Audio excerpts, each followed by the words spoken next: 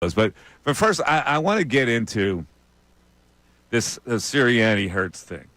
It's really interesting to me because when a head coach loses his quarterback or never had his quarterback, you can't recover from that. That is a disconnect that you can't recover from. And if you read into it, if we read into it, players read into it also. And so their loyalties are divided, and they usually side with the player, which means the coach really can't win it back. But, Sirianni has gone to great lengths to kind of protect Jalen Hurts because he has to as a head coach. I mean, what he did last year with that silly pass when they went rogue, saying we were trying to get a pass interference penalty. And then after this game, that turnover really doesn't count because he was throwing the ball.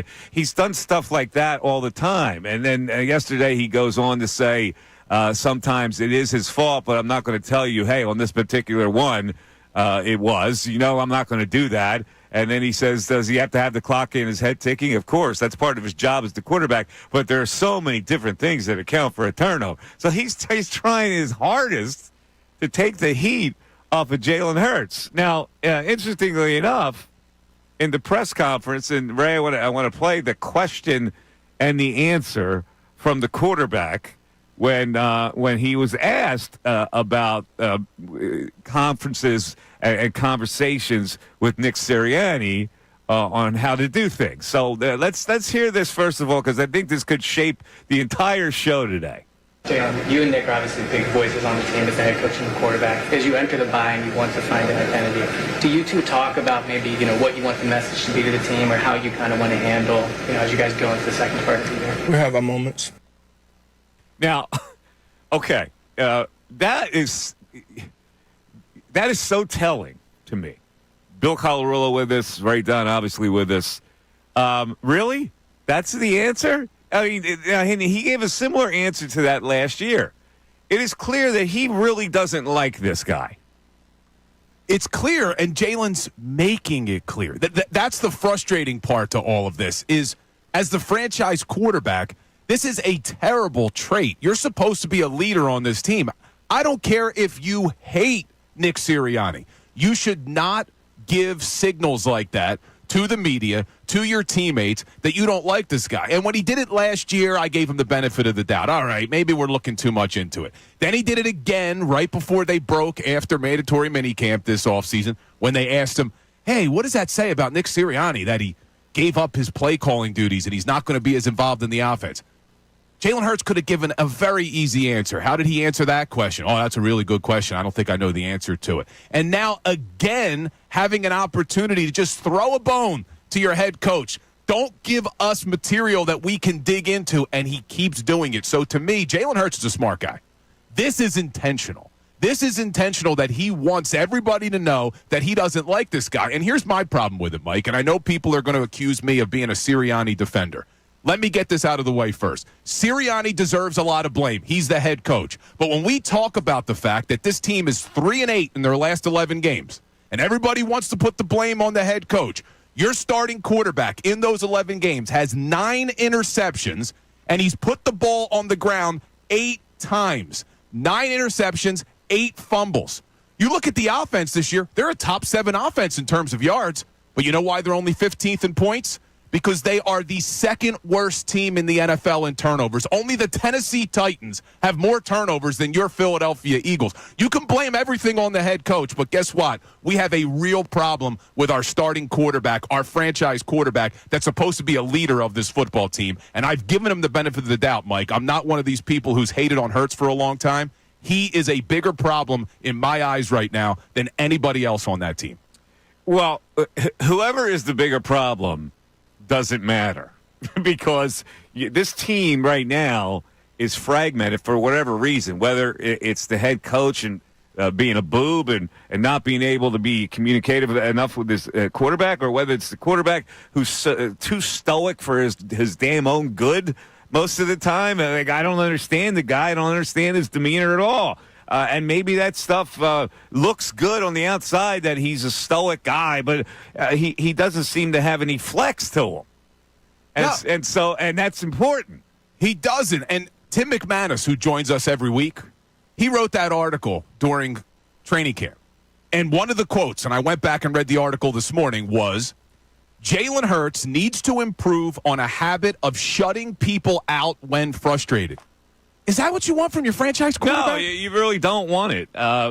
Listen. I don't know if I disliked his demeanor. I thought it was strange. I don't like strange in my quarterback. You know, I don't know if I like Brett Favre type quarterbacks either, but I certainly don't like strange and aloof quarterbacks. And I don't know. I don't know how his teammates feel about him at this point. I have a feeling that more team, as undisciplined as they were in that game, I think more people are not buying into the coach than the quarterback. And that's probably right. But listen, when you are Jalen Hurts and the organization made the decision to bring back Sirianni, whether you agreed with it or not, as the franchise quarterback, it's up to you to rally the troops to make sure that they are playing for this guy. Look, Jason Kelce, one of the best leaders we've seen here in Philadelphia in recent years. I'm sure he didn't like Chip Kelly. Did he ever say publicly that he didn't like Chip Kelly? No. He came out and he supported his head coach. They did the same thing with Doug Peterson. Internally, you could feel any way you want. And I had people tweeting at me last night because I talked about this on Twitter. What do you want the guy to do, lie? Yeah, I want the guy to lie to us. Don't tell us or give us signals that you don't like your head coach. That will have a ripple effect throughout the team. You want to sabotage the season because you don't like the head coach? Well, maybe he's trying to sabotage the head coach and get him out of here. I never thought Jalen Hurts would be that type of guy, but that his demeanor says that he is. I mean, that answer. Let's hear it again. My mind was boggled when I heard this. All right, let's hear the question and then his answer. Jalen, you and Nick are obviously big voices on the team as the head coach and the quarterback. As you enter the bye and you want to find an identity, do you two talk about maybe, what you want the message to be to the team or how you kind of want to handle, as you guys go into the second part of the year? We have our moments. We have our moments?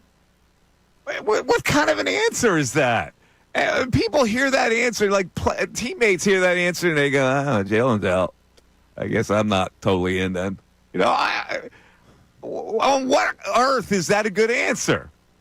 It's not. It's not. That's why I look at this and I'm starting to think, is Jalen the biggest problem on this team? And last year, we heard reports from Jeff McClain, Joe Santoliquito, all these people about how the organization's not happy with Jalen Hurts' leadership. Remember all those stories last year? And I'm thinking, is this being overblown? They want him to be a better leader. Then you heard, I remember Lane Johnson went on, I think, the Rich Eisen show this summer, said Jalen's making an effort to be a better leader, meaning he wasn't a good one before. Is that the answer of a good leader? When you're asked a question about your head coach? That's really, really telling. And it's a shame. You can't battle back from something like this either. Like, if the quarterback has this kind of attitude, what is Nick Sirianni going to do? Send him baskets of fruit? There's nothing that this head coach can do to get on the same page. This is a fragmented relationship. But what could have happened? Look, you may think that Nick is an absolute bozo, and I know there are people out there who think that, and the way he answers questions in press conferences, I get it. But what could Nick Sirianni have done to this man that Jalen Hurts is that upset with the head coach? He's not even that involved in the offense anymore. This was Kellen Moore's offense. And guess what, Jalen? Brian Johnson was your offensive coordinator last year. You had a turnover problem. Now Kellen Moore's your offensive coordinator this year. You have a turnover problem. That's not on Nick Sirianni. It could be something as simple as Jalen Hurts is a serious dude, and he looks at this guy as, not a serious guy, like a Harry High School. Maybe it's as simple as that. I don't know what it is, but there's something there, and it's affecting the team, and we've got all kinds of examples of that we're going to explore.